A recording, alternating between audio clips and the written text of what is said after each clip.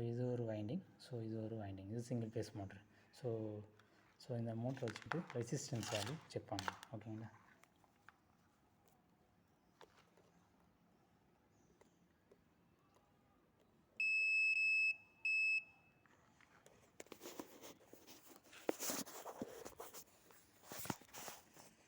So இப்போ வந்து இந்த ரன்னிங் வைண்டிங்கோட ரெசிஸ்டன்ஸ்.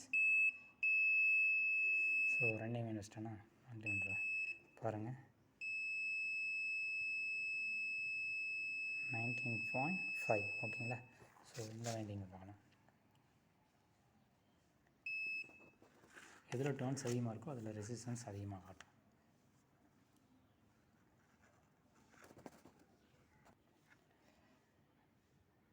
இது எவ்வளோ வருது?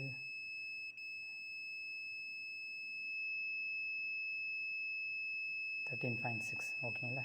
ஸோ இப்படி தான் ஒரு வைண்டிங்கோட ரெசிஸ்டன்ஸ் செக் பண்ணணும்.